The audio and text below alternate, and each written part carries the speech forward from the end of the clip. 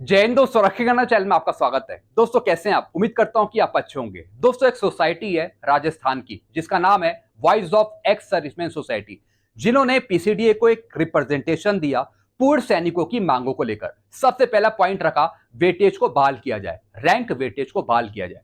जिस तरीके से भारत सरकार ने वेटेज को खत्म कर दिया छठे वेतन आयोग में या फिर सातवें वेतन आयोग में, ठीक इसी तरीके से वेटेज को दोबारा लागू किया जाए 7 सीपीसी में, और ओआरओपी की जो विसंगतियां हैं उसको दूर किया जाए। तो दोस्तों पीसीडीए ने जवाब दिया है।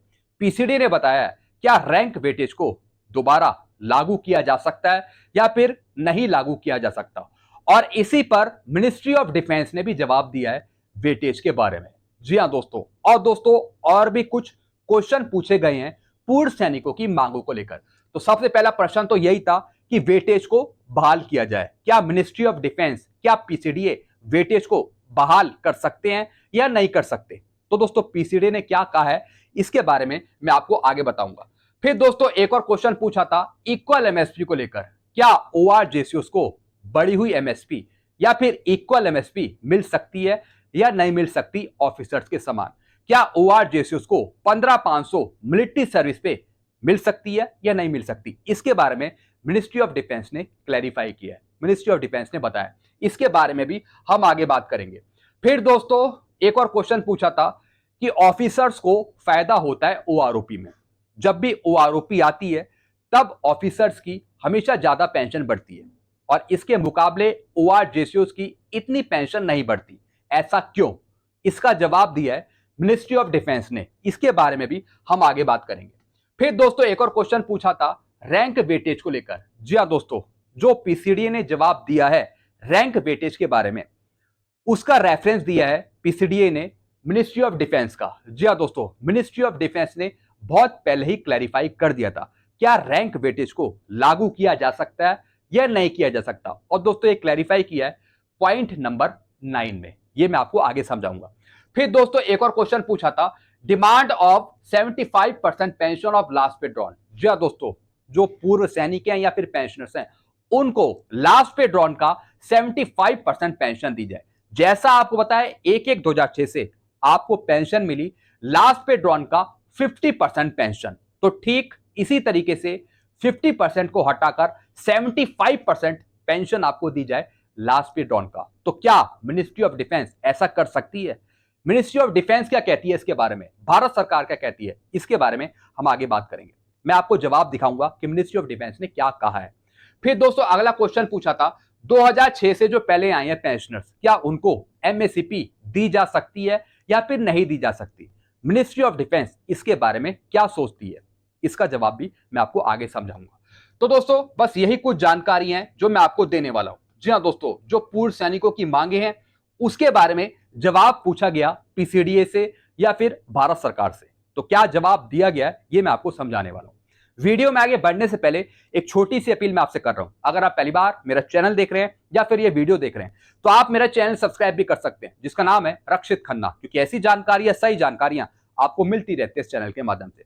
सबसे पहले दोस्तों वेटेज के बारे में यहां पे जवाब दिया है पीसीडीए ने, और दोस्तों ये जवाब दिया गया है कैप्टन लियाकत अली जी को, जो दोस्तों कोऑर्डिनेटर हैं, जो संरक्षक हैं voice of ex serviceman society Rajasthan के। जी हां दोस्तों, इन्होंने प्रेजेंटेशन दिया था पहले, तो उसके एवज में यह जवाब दिया है पीसीडीए ने। और दोस्तों ये जवाब अभी का है 30 अप्रैल 2025 का। अब सब्जेक्ट है इसका rectification of anomaly on fixation of OROP. OROP में जो गलतियां चल रही हैं, प्रॉब्लम चल रही हैं, उसको दूर किया जाए, उसको रेक्टिफाई किया जाए। अब पीसीडीए ने क्या बताया ये हम जानते हैं। Please refer to representation cited above. The matter has been examined with reference to restoration of service weightage in qualifying service of revision of pension under OROP. जी हाँ दोस्तों, जिस तरीके से पहले आपको रैंक वेटेज मिलता था उसको दोबारा बहाल किया जाए, यही लेटर लिखा था दोस्तों इस सोसाइटी ने। जी हाँ दोस्तों, तो दोस्तों पीसीडीए क्या समझता है रैंक वेटेज के बारे में, क्या वो बहाल करेंगे रैंक वेटेज को पूर्व सैनिकों के लिए, ये हम समझते हैं। अब दोस्तों आगे का लिखा है मिनिस्ट्री ऑफ डिफेंस ने पहले इस पे क्लैरिफाई कर दिया है। जी हां दोस्तों, जो मैंने आपको वो अभी पॉइंट नंबर 9 दिखाया था वो रैंक वेटेज का है। मिनिस्ट्री ऑफ डिफेंस ने पहले ही क्लैरिफाई कर दिया है क्या वो रैंक वेटेज देगी या नहीं देगी। अभी दोस्तों मैं आपको पॉइंट नंबर 9 समझाऊंगा आगे। फिर दोस्तों आगे का लिखा है, further as the rate of pension under OROP have been prepared based on the live data of retiree whose pension have been sanctioned based on the provision of 6th or 7th CPC where concept of weightage had become redundant। जी हाँ दोस्तों, अब दोस्तों rank weightage खत्म हो जाता है। जी हाँ दोस्तों, पीसीडी ने बताया कि जिस तरीके से ओआरओपी में आपको मिनिमम मैक्सिमम एवरेज पेंशन दी जा रही है, तो उसमें वेटेज का कोई मतलब नहीं है। वेटेज का जो असर है वो खत्म हो जाता है, क्योंकि क्वालिफाइंग सर्विस के आधार पे डेट ऑफ रिटायरमेंट की चिंता करे बिना क्वालिफाइंग सर्विस के आधार पे आपकी पेंशन डिसाइड करी जा रही है ओआरओपी में। उसमें कोई रैंक वेटेज या फिर वेटेज लागू नहीं होता। जी हाँ दोस्तों, और दोस्तों जो ओआरओपी की कैलकुलेशन करी गई है, ओआरओपी पेंशन टेबल की, उसमें लाइव डाटा लिया गया है। जैसे कि ओआरओपी 1 बनाई गई तो उसके लिए 2013 में जो पेंशन आए उनकी पेंशन ली गई। जी हाँ दोस्तों, उनका लाइव डेटा लिया गया, उनकी पेंशन में से मिनिमम मैक्सिमम निकाल के एवरेज निकाला गया। ठीक इसी तरीके से ओआरओपी 2 जो आपको फायदा मिला 1 जुलाई 2019 से, उसमें 2018 के पेंशनर्स का लाइव डाटा लिया गया, उनकी पेंशन में से मिनिमम मैक्सिमम एवरेज निकाला गया। ठीक इसी तरीके से ओआरओपी 3 में जो आपको फायदा मिला 1 जुलाई 2024 से, उसमें 2023 में जो पेंशन आए उनकी पेंशन में से मिनिमम मैक्सिमम और एवरेज निकाला गया। तो इन्होंने बताया कि ओआरओपी में एवरेज आपको दिया जा रहा है, मिनिमम मैक्सिमम दिया जा रहा है, इसलिए इसमें वेटेज का कोई रोल नहीं है। इस वजह से इसमें वेटेज का कोई मतलब ही नहीं रहता, ऐसा बताया है पीसीडीए ने। फिर आगे क्या लिखा है, therefore revision of pension under one rank one pension is subject to actual qualifying service render by the pensioner. जी हां दोस्तों, यानी जो आगे आने वाले पेंशनर्स हैं उनकी पेंशन पीछे वालों को पास करना, यह है मतलब वन रैंक वन पेंशन का। लेकिन दोस्तों पीसीडीए ने इसमें एनोमोली के बारे में नहीं बताया, प्रॉब्लम के बारे में नहीं बताया, सिर्फ इन्होंने यह बताया कि भैया ओआरओपी इस तरीके से दी जाती है। जी हां दोस्तों, इन्होंने बताया कि ओआरओपी का जो कॉन्सेप्ट है वो एक्चुअल क्वालिफाइंग सर्विस पे डिपेंड करता है। जैसे कि दोस्तों आपको पेंशन मिल रही है 20 साल की सर्विस में, 21 साल की सर्विस में, हर एक रैंक वाइज, हर एक क्वालिफाइंग सर्विस वाइज। जी हां दोस्तों, तो दोस्तों पीसीडी ने ऐसा बताया, यानी जो आगे आने वाले पेंशनर्स हैं, जो उनकी पेंशन होगी वो पीछे वालों को पास करना, भले ही आगे वाले पेंशनर्स कम पेंशन ले रहे हो। जी हां दोस्तों, तो दोस्तों ये सबसे बड़ी एनोमोली है, ये सबसे बड़ी प्रॉब्लम है, इसके बारे में पीसीडीए ने नहीं बताया। फिर आगे का लिखा है, further with respect to concept of minimum guarantee pension. फिर दोस्तों इस सोसाइटी ने एक और यहां पे क्वेश्चन पूछा था गारंटी पेंशन के बारे में, जो मिनिमम गारंटी पेंशन है उसको भी दिया जाए। तो दोस्तों पीसीडी ने क्या जवाब दिया, further with respect to concept of minimum guarantee pension such issue has neither been envisaged in the recommendation of 7 CPC। 7 CPC की रिकमेंडेशन में मिनिमम गारंटी पेंशन का कोई रोल नहीं है, ऐसा पीसीडी ने बताया। और ना ही गवर्नमेंट की ऐसी कोई पॉलिसी है जिसमें मिनिमम गारंटी पेंशन दी जाए। पीसीडी ने यहां पे साफ मना कर दिया कि गारंटी पेंशन का यहां पे कोई रोल नहीं है, ना ही भारत सरकार की तरफ से और ना ही दोस्तों 7 CPC की रिकमेंडेशन के आधार पे। पीसीडी ने यहां पे साफ मना कर दिया। फिर आगे का लिखा है, OROP for defense pensioner which envisage review for equalization in pension after 5 years and also that as per new orders of 7 CPC pension is worked out as 50% of emolument last drawn। जी हाँ दोस्तों, इन्होंने बताया कि छठे वेतन आयोग से pensioners को लास्ट पे ड्रॉन का 50% पेंशन दी जा रही है। इसी का फायदा OROP में दिया गया है, इसी का फायदा OROP में मिनिमम मैक्सिमम एवरेज निकाल के दिया गया है। जी हाँ दोस्तों, और साथ ही साथ दोस्तों इन्होंने बताया कि बीच बीच में आपकी ओआरओपी रिवाइज होती जाएगी हर एक 5 साल बाद। हर एक 5 साल में आपको ओआरओपी रिवाइज देखने को मिलेगी, भारत सरकार करेगी। दोस्तों इन्होंने प्रॉब्लम सुधारने के बारे में कुछ नहीं किया, जो एनोमोलीज थी, प्रॉब्लम थी, उसके बारे में इन्होंने कुछ नहीं बताया पीसीडीए ने। तो दोस्तों वेटेज के बारे में और गारंटी पेंशन के बारे में पीसीडीए ने यह जवाब दिया जो मैंने आपको समझाया। कोई भी संतुष्टजनक जवाब नहीं है। जी हां दोस्तों, कोई भी सेटिस्फाइड करने वाला जवाब नहीं है पीसीडीए का। फिर दोस्तों अगला क्वेश्चन पूछा था इक्वल एमएसपी के बारे में। जी हां दोस्तों, इसका जवाब दिया है मिनिस्ट्री ऑफ डिफेंस ने। जी हां दोस्तों, भारत सरकार ने जवाब दिया है। क्वेश्चन क्या पूछा था, equal MSP should be fix for जेसीओस एज वेल एज ऑफिसर। जी हां दोस्तों, जो इक्वल एमएसपी है वो ओआर जेसीओस की होनी चाहिए ऑफिसर्स के समान। क्या ऐसा करेगी भारत सरकार, मिनिस्ट्री ऑफ डिफेंस? तो जहां पे जवाब क्या दिया है, द मिलिट्री सर्विस पे was introduce by the 6th CPC while deciding the rate of military service पे in case of JCO's war, the 6th CPC finalized the amount of 1000 रुपए। जी हाँ दोस्तों, मिलिट्री सर्विस पे का फायदा जो है, जो लागू हुई, वो 1/1/2006 से हुई। जी हाँ दोस्तों, पहले रिकमेंड करी गई थी 1000 रुपए, लेकिन बाद में इसे बढ़ाकर 2000 रुपए कर दिया गया, as they were not paid by any rank pay in the 5th regime similar to the officer. Para number 2.3.26। जी हाँ दोस्तों एक पैरा है 2.3.26 6 CPC की रिपोर्ट में, जिसमें अलग अलग मिलिट्री सर्विस पे डिसाइड करी गई है, ऑफिसर्स की अलग, MNS की अलग और जेसीओस वार्ड्स की अलग।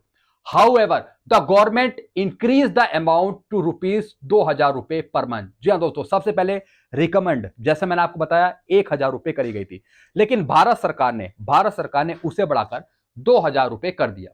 फिर दोस्तों का आगे क्या लिखा है, further the 7th CPC wide it's para 6.2.113 stated that the commission does not see any merit in disturbing the existing structure of grant of military service pay at slab rate for 4 category, and the 7th CPC wide para 5.2.22 specify the rate of military service pay officers at 15,500। जी हाँ दोस्तों, यानी कि दोस्तों पे commission ने कोई recommendation नहीं दी military service पे को बदलने की 7th CPC में, यानी जो मिलिट्री सर्विस पे अलग अलग डिसाइड करी गई थी, ORJCOs की, MNS की, ऑफिसर्स की, वही रहेगी, उसमें कोई छेड़छाड़ करना संभव नहीं है, ना ही दोस्तों भारत सरकार के द्वारा और ना ही पे कमीशन के द्वारा।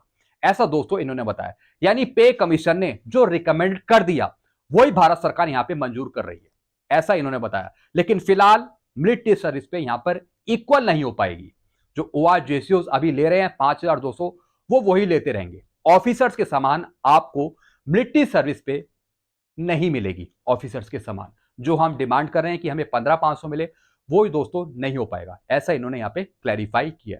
बाकी देखेंगे दोस्तों 8वें वेतन आयोग में क्या होता है। जो 8वें वेतन आयोग में सदस्य बैठेंगे, जो पे कमीशन बैठेगा, वो क्या रिकमेंड करता है भारत सरकार को मिलिट्री सर्विस पे के बारे में, ये आगे देखा जाएगा। फिलहाल अभी आपकी मिलिट्री सर्विस पे इक्वल नहीं हो पाएगी, इसके बारे में मिनिस्ट्री ऑफ डिफेंस ने जवाब दिया था पहले।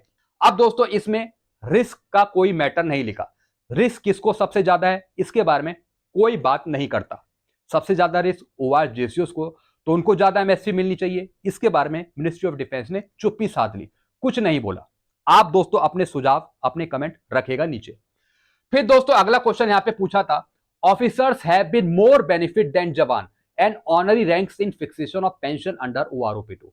ऑफिसर्स को ही क्यों ज्यादा फायदा होता है OROP में? जी हाँ दोस्तों, OROP में सबसे ज्यादा फायदा ऑफिसर्स को क्यों होता है? काफी पेंशनर्स, पूर्व सैनिक लिखते रहते हैं कि ऑफिसर्स की हमेशा ज्यादा पेंशन बढ़ती है OROP में, ORJCOs को नहीं बढ़ती, ऐसा क्यों? अब दोस्तों जवाब का दिया है मिनिस्ट्री ऑफ डिफेंस ने, OROP rates are average of minimum pension and maximum pension for a rank of a particular qualifying service from live data of retiree of year 2018। जी हाँ दोस्तों, इन्होंने OROP2 के बारे में बताया कि जिस तरीके से OROP2 पेंशन टेबल बनाने के लिए 2018 का लाइव डाटा लिया गया, सेम यही डाटा ऑफिसर्स के लिए भी लिया गया, उनके लिए कोई अलग से डाटा नहीं लिया गया। इस वजह से जो डाटा लिया गया है उसके आधार पे पेंशन यहाँ पे इंक्रीज हुई है अधिकारियों की। फिर दोस्तों आगे का लिखा है, and the pension for those rank above the average shall be protected. जी हाँ दोस्तों, जो एवरेज से ऊपर गए हैं उनकी पेंशन प्रोटेक्ट कर दी गई है, जो एवरेज से नीचे गए हैं उनको एवरेज तक लाया गया है। यानी दोस्तों इनको कोई विसंगति नजर नहीं आई मिनिस्ट्री ऑफ डिफेंस को, यानी जो डाटा लिया गया है तीनों सर्विसेज के इक्वल रैंक के आधार पे, उस डाटा के आधार में अधिकारियों की पेंशन ज्यादा बढ़ रही थी, इस वजह से उनको बढ़ी हुई पेंशन दे दी। JCOs को नुकसान हो रहा था, इस वजह से उनको नुकसान कर दिया, क्योंकि 2018 में जो JCOs आए उनकी पेंशन कम थी, उनकी पेंशन बहुत कम जा रही थी, इसलिए पुराने वायदों को भी कोई फायदा नहीं मिला। जो पुराने पेंशनर्स थे OROP1 के, उनको भी फायदा नहीं मिला। ऑफिसर्स को फायदा मिल रहा था, जो 2018 में अधिकारी आए उनकी पेंशन ज्यादा थी, इस वजह से पुराने वालों को भी फायदा मिल गया, उनकी पेंशन बढ़ गई। यानी जो लाइव डाटा लिया गया, जैसा लाइव डाटा था उसके आधार पे पेंशन इंक्रीज हुई अधिकारियों की, ऐसा इन्होंने बताया। The above policy is equally applicable for officers as well as JCOs OR। जी हाँ दोस्तों, यानी इन्होंने बताया कि कोई भेदभाव नहीं करा गया है, कोई भेदभाव नहीं करा गया है OR JCOs के साथ। जी हाँ दोस्तों, जिस तरीके से लाइव डाटा लिया गया है वो लाइव डाटा का फायदा हर एक के लिए है, चाहे वो ORs हो, JCOs हो या फिर अधिकारी हो। ऐसा दोस्तों इन्होंने बताया। यानी दोस्तों इन्होंने बताया कि जो पॉलिसी है वो इक्वली डिवाइडेड है। जी हाँ दोस्तों, जो पॉलिसी OR JCOs के लिए है एवरेज, मिनिमम, मैक्सिमम की, सेम यही पॉलिसी अधिकारियों के लिए है, इसलिए कोई भेदभाव नहीं हुआ है, ऐसा मिनिस्ट्री ऑफ डिफेंस ने बताया। फिर आगे का लिखा है, the policy of the government issue vide ministry of letter 7/11/2015 has been upheld by the honourable supreme court vide order dated 16/3/2022। फिर दोस्तों इन्होंने बताया कि सुप्रीम कोर्ट में जो केस डाला गया था वो आरोपी की विसंगति को दूर करने के लिए इंडियन एक्स सर्विसेज मूवमेंट के द्वारा, तो दोस्तों जो डिसीजन आया था वो भारत सरकार के फेवर में आया था। जी हाँ दोस्तों, सुप्रीम कोर्ट को नहीं लगा था कि OROP में कोई विसंगतियां हैं, तो इस वजह से कोई भेदभाव नहीं है ORs, JCOs और अधिकारियों के बीच, ऐसा मिनिस्ट्री ऑफ डिफेंस ने बताया है। फिर दोस्तों यहाँ पे क्वेश्चन पूछा था रैंक वेटेज के बारे में। जी हाँ दोस्तों, रैंक वेटेज को दोबारा बहाल किया जाए तो मिनिस्ट्री ऑफ डिफेंस ने क्या कहा था, प्रायर टू 6 CPC रिजाइम, यानी छठे वेतन आयोग से पहले the full pension was linked with the qualifying service of 33 years. 2006 से पहले जो आपकी पेंशन डिसाइड होती थी वो होती थी 33 ईयर्स क्वालिफाइंग सर्विस पे, for service lesser than 33 years, क्योंकि 33 साल से यहाँ पे कम सर्विस थी पहले, the pension was reduce proportionately. जी हाँ दोस्तों, ठीक इसी तरीके से जिस तरीके से सर्विस 33 साल से कम होती थी उसी हिसाब से जो पेंशन थी वो प्रोपोर्शनेट हिसाब से कम हो जाती थी। फिर क्या लिखा है, Hence the concept of weightage appropriate to the rank was given। जी हाँ दोस्तों, उस टाइम जो कॉन्सेप्ट था वेटेज का वो सही था, इस वजह से रैंक को वो दिया गया। However, after the implementation of the recommendation of the 6 CPC, the linkage of full pension with 33 years of qualifying service has been disbanded। जी हाँ दोस्तों, उसके बाद दोस्तों 1/1/2006 से लास्ट पे डॉन का 50% पेंशन मिली, फिर उसके बाद OROP लागू हो गई, तो इस वजह से वेटेज का कोई मतलब पैदा नहीं होता, क्योंकि OROP दे दी, फिर एवरेज दे दिया, मिनिमम मैक्सिमम पेंशन दे दी और फिर लास्ट पे डॉन का 50% पेंशन भी दी जाने लगी। इस वजह से वेटेज को दोबारा अप्लाई करना ये मान्य नहीं है, ये पॉसिबल नहीं है, ऐसा मिनिस्ट्री ऑफ डिफेंस ने बताया। फिर दोस्तों आगे का लिखा है, hence the concept of weightage of years qualifying service has become irrelevant. जी हां दोस्तों, वेटेज का कोई मतलब नहीं है, ना ही वो लागू होगा, ऐसा इन्होंने बताया।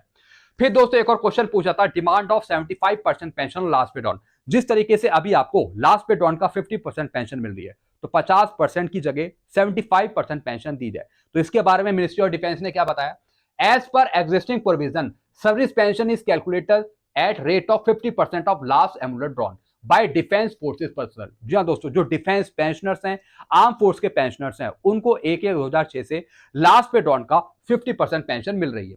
Further there is no proposal under examination for changing the existing policy. ऐसा कोई प्रपोजल अभी पेंडिंग में नहीं है जिसमें यह कहा गया हो कि लास्ट पे डॉन का 75% पेंशन आपको मिलेगी।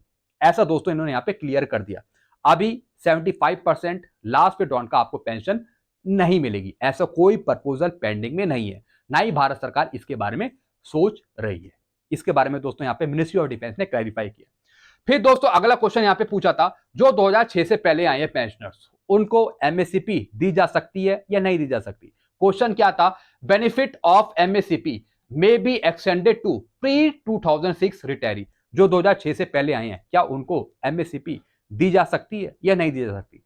अब दोस्तों मिनिस्ट्री ऑफ डिफेंस ने क्या लिखा है, the MSCP benefit is for serving personnel as one of the improve service condition and is allow based on fulfilment of certain prescribe condition. जी दोस्तों, इन्होंने बताया कि MSCP जो दी जाती है सर्विस पर्सनल को दी जाती है, यानी सर्विस में जिन जवानों को प्रमोशन नहीं मिलता उनको MSCP दी जाती है, इन्होंने ऐसा बताया। फिर आगे का लिखा है, hence the same can not be allowed to those who have not earned the benefit being retiree of prior to the implementation of the scheme. यानी जब से MSCP लागू हुई है तब से ही उसका फायदा मिलेगा, यानी जब MSCP लागू हुई 1/1/2006 से, जब से ही उसका बेनिफिट मिलेगा। ऐसा नहीं है कि लागू तो वो 1/1/2006 से हुई लेकिन बेनिफिट दे दिया जाए 2006 से पहले वालों को। साफ दोस्तों यहां पे इन्होंने क्लैरिफाई किया है कि जो रूल्स है MSCP देने का वो जब से ही लागू होगा पेंशनर्स पे या फिर जवानों पे, जब से MSCP लागू हुई है, यानी कि 1/1/2006 से जो 1/1/2006 से या फिर उसके बाद आएंगे उनको ही एमएसपी मिलेगी, जब से लागू हुई है। उससे जो पहले आए हैं उनको नहीं मिलेगी एमएसपी। इन्होंने दोस्तों यहां पे क्लैरिफाई किया है। तो दोस्तों आप क्या समझते हैं जो ये जवाब दिए गए हैं मिनिस्ट्री ऑफ डिफेंस के द्वारा? जी हाँ दोस्तों, और जो पीसीडी ने जवाब दिया है रैंक वेटेज के बारे में, आप अपने जवाब जरूर रखेगा। आप क्या समझते हैं? जी हाँ दोस्तों, पूर्व सैनिकों के हित में कोई भी बात इसमें नहीं लिखी है। जी हाँ दोस्तों, जो मांगे करी गई थी, जो डिमांड रखी गई थी, वो फेवर में नहीं है इन जवाबों से। जी हाँ दोस्तों, आप नीचे कमेंट करिए, आप अपने जवाब जरूर रखें। बाकी दोस्तों वीडियो को मैं ये खत्म करता हूं। चैनल आपको कैसा लगता है, चैनल को आप सब्सक्राइब कर सकते हैं और वीडियोस को आप शेयर करना मत भूलिएगा, क्योंकि ऐसी जानकारी अक्सर आपको मिलती रहती है इस चैनल के माध्यम से। Thank you so much.